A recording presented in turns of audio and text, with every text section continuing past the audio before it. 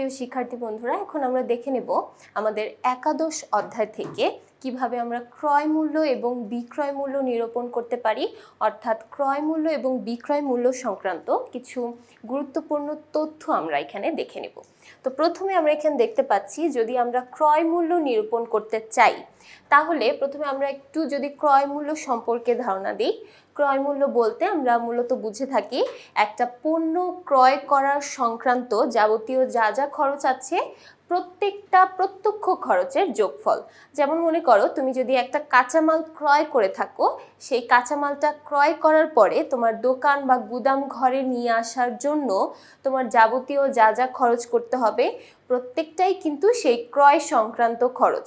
অর্থাৎ ক্রয় মূল্যের সাথে সেই ক্রয় সংক্রান্ত খরচগুলো যোগ করলে আমরা আমাদের মোট ক্রয় মূল্যটা পেয়ে যাই। এখানে সেই কাজটাই করা হয়েছে এবং সেই কাজটাই ব্যাখ্যা আকারে লেখা আছে।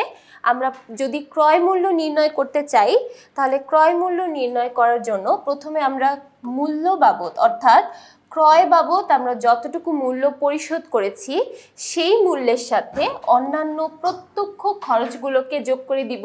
অর্থাৎ ক্রয় করার পরে আমাদের কিছু প্রত্যক্ষ খরচ করতে হয়।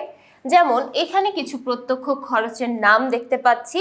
ক্রয় পরিবহন হতে পারে, জাহাজ ভাড়া পরিশোধ করতে হতে পারে, আমদানি শুল্ক, ডক চার্জ, কুলি খরচ। অর্থাৎ এখানে প্রত্যেকটাই কিন্তু দেখবে যারা পণ্যদ্রব্য তৈরি করে বা যারা পণ্যদ্রব্য আনা নেওয়ার কাজ করে তাদেরকে এই ধরনের প্রত্যেকটি প্রত্যক্ষ খরচ পরিশোধ করে তাদের পণ্যটা গুদাম ঘরে অথবা দোকানে অথবা কারখানায় নিয়ে আসতে হয়। তাহলে কোনো একটা পণ্য মূল্য পরিশোধ করে ক্রয় করার পরে সেই অন্যান্য প্রত্যক্ষ খরচগুলোকে প্রদান করতে হয়, তাহলেই আমরা সেটাকে গুদাম বা বিক্রয় কেন্দ্র পর্যন্ত নিয়ে আসতে পারি। এখানে সেই রেশিও বা সেই ছকটাই কিন্তু দেওয়া আছে, অর্থাৎ কিভাবে আমাদের প্রণালীটা কাজ করে সেই প্রণালীটা আমরা দেখতে পাচ্ছি। এবার আসি আমরা এই ক্রয় মূল্যটা কিভাবে নির্ধারণ করতে পারি। ক্রয় মূল্যের সাথে দুইটা বিষয় জড়িত। একটা হচ্ছে আমরা যতটুকু অর্থ বিক্রেতাকে প্রদান করছি সেই অর্থটা, এবং এটার সাথে জড়িত থাকে কিছু প্রত্যক্ষ খরচ। যেমন ক্রয় পরিবহন, অর্থাৎ ক্রয় করে আমাদের বহন করে নিয়ে আসার জন্য যে খরচটা হয় সেটাকে আমরা বহন খরচ বলতে পারি বা পরিবহন ব্যয় বলতে পারি। সেই পরিবহন ব্যয় এছাড়াও জাহাজ ভাড়া, আমদানি শুল্ক, ডক চার্জ, অর্থাৎ যারা আমদানি রপ্তানির কাজ করে থাকে তাদেরকে কিন্তু এই তিন ধরনের খরচ করতে হয়। এছাড়া কুলি খরচ বলতে বোঝানো হয় এই ভারী ভারী পণ্যগুলোকে বহন করার জন্য যতটুকু খরচ আমরা পরিশোধ করি সেইটাকে। তাহলে এই প্রত্যেকটা খরচের যোগফলকে আমরা একসাথে ক্রয় মূল্য বলতে পারি। এবার আমরা এই পুরো বিষয়টা যদি একটা গল্পের মাধ্যমে বোঝার চেষ্টা করি, এখানে একটা গল্পের মতো বা একটা তথ্য দেওয়া আছে। বলা হয়েছে হাদি জাপান থেকে তার প্রতিষ্ঠানের জন্য 10টি কম্পিউটার 40,000 টাকা করে ক্রয় করে। অর্থাৎ এক একটা কম্পিউটারের দাম 40,000 টাকা হলে সে যদি 10টি কম্পিউটার ক্রয় করে টোটাল পণ্য ক্রয় করেছে 4 লক্ষ টাকার। এবার দেখো তার দেশে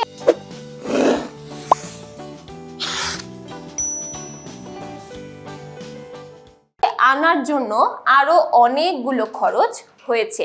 যেমন প্রথমে তাকে আমদানি শুল্ক পরিশোধ করতে হয়েছে, অর্থাৎ এই যে সে আমদানি করে নিয়ে আসছে তার জন্য একটা শুল্ক তাকে পরিশোধ করতে হয়েছে।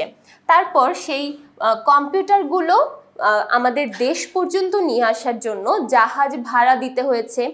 জাহাজে করে যেহেতু আমাদের এই আমদানি রপ্তানির পণ্যগুলো পাস হয় বা আনা নেওয়া করা হয়, তাই জাহাজ ভাড়া প্রদান করতে হয়েছে। এরপরে ডক চার্জ পরিশোধ করতে হয়েছে। ডক চার্জ বলতে বোঝানো হয় বন্দরে পণ্যগুলো নামানোর পর বা বন্দরে পণ্যগুলো পৌঁছানোর পর যে চার্জ দিয়ে সেটাকে খালাস করা হয় বা ছাড়ানো হয় সেই খরচটাকে আমরা বলে থাকি ডক চার্জ। তাহলে ডক চার্জ পরিশোধ করতে হয়েছে।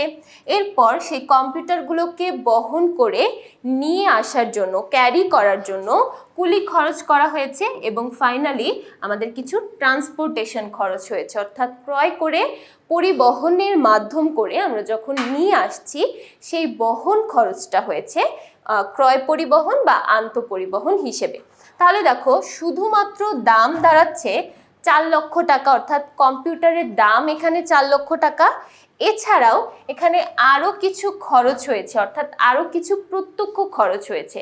তাহলে সবগুলো যোগ করেই একসাথে আমরা এই কম্পিউটারের মূল্য পাবো বা কম্পিউটারের ক্রয় মূল্য নির্ণয় করতে পারবো। তাহলে আশা করছি আমরা সকলে ক্রয় মূল্য কিভাবে নিরূপণ করতে হয় সেটা বুঝতে পারলাম। এবার চলে আসি বিক্রয় মূল্য নিরূপণ করার ক্ষেত্রে। প্রথমে আমরা দেখি বিক্রয় মূল্য নিরূপণ করার প্রয়োজনীয়তাটা কি। ব্যবসায় টিকে থাকার জন্য, অর্থাৎ তুমি যদি বিক্রয় মূল্য নির্ধারণ না করতে পারো তাহলে তুমি ব্যবসায় টিকে থাকতে পারবে না, অর্থাৎ তুমি পণ্যটা বিক্রি করতে পারবে না। আর পণ্য যদি বিক্রি না করতে পারো তাহলে কিন্তু ব্যবসায় টিকে থাকা অসম্ভব হয়ে পড়বে। এছাড়া লোকসান এড়ানো, আমরা বিক্রয় মূল্য নির্ধারণ করার মাধ্যমে বুঝতে পারি আমাদের লাভ হবে নাকি লোকসান হবে, অর্থাৎ লোকসান থেকে এড়িয়ে চলার জন্য সবসময় বিক্রয় চালিয়ে যাওয়ার জন্য আমাদের এই বিক্রয় মূল্যটা প্রয়োজন পড়ে। এছাড়া ক্রেতা এবং বিক্রেতার স্বার্থ রক্ষার ক্ষেত্রে, অর্থাৎ এই বিক্রয় মূল্যের মাধ্যমে কিন্তু দুইটা পক্ষ, ক্রেতা এবং বিক্রেতা উভয় পক্ষই তার স্বার্থ রক্ষা করতে পারে বা তাদের স্বার্থ সম্পর্কে বুঝতে পারে। এছাড়া আছে সবার শেষে বলা হচ্ছে ক্রেতা এবং বিক্রেতার মাঝে একটা সুসম্পর্ক গড়ে ওঠে, অর্থাৎ যে বিক্রি করছে বা যে ক্রয় করছে তাদের দুইজনের মধ্যে একটা সম্পর্ক গড়ে ওঠার জন্য আমাদের এই বিক্রয় মূল্যটা দরকার। তাহলে দেখো এই মূল কথাটা কি, ব্যবসায় লাভ করতে হলে পণ্য উৎপাদন বা সেবা সৃষ্টি করার পেছনে যে খরচগুলো হয়ে থাকে সেই খরচসমূহ জেনে সঠিক বিক্রয় মূল্য ঠিক করতে হবে।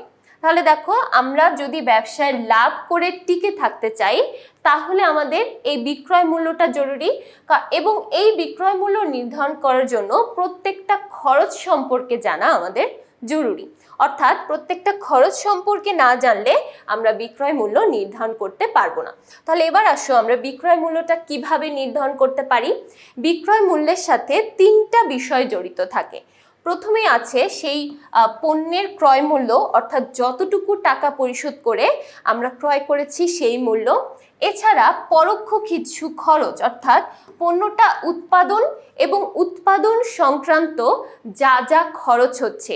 এছাড়াও আমাদের ব্যবসা প্রতিষ্ঠানে অন্যান্য যা যা খরচাবলী হয়ে থাকে প্রত্যেকটা খরচের যোগফলকে একসাথে আমরা বলে থাকি মোট ব্যয়। তাহলে এখানে প্রথমে যদি আমরা মোট ব্যয় নির্ধারণ করে ফেলতে পারি আমরা বুঝতে পারবো আমাদের প্রতিষ্ঠানে টোটাল কতটুকু ব্যয় হচ্ছে। এবার এই মোট ব্যয়ের সাথে যদি আমরা আমাদের প্রত্যাশিত মুনাফা যোগ করে দিই তাহলেই কিন্তু সর্বশেষে আমরা বিক্রয় মূল্যের পরিমাণ সম্পর্কে জানতে পারবো। তাহলে বিক্রয় মূল্য সম্পর্কে জানার জন্য আমাদের 3টা বিষয় জরুরি। একটা হচ্ছে পণ্যের ক্রয় মূল্য, দ্বিতীয়টা হচ্ছে পণ্যের জন্য বা আমাদের প্রতিষ্ঠানের মোট ব্যয়ের পরিমাণ, এবং তৃতীয়টা হলো প্রত্যাশিত মুনাফা।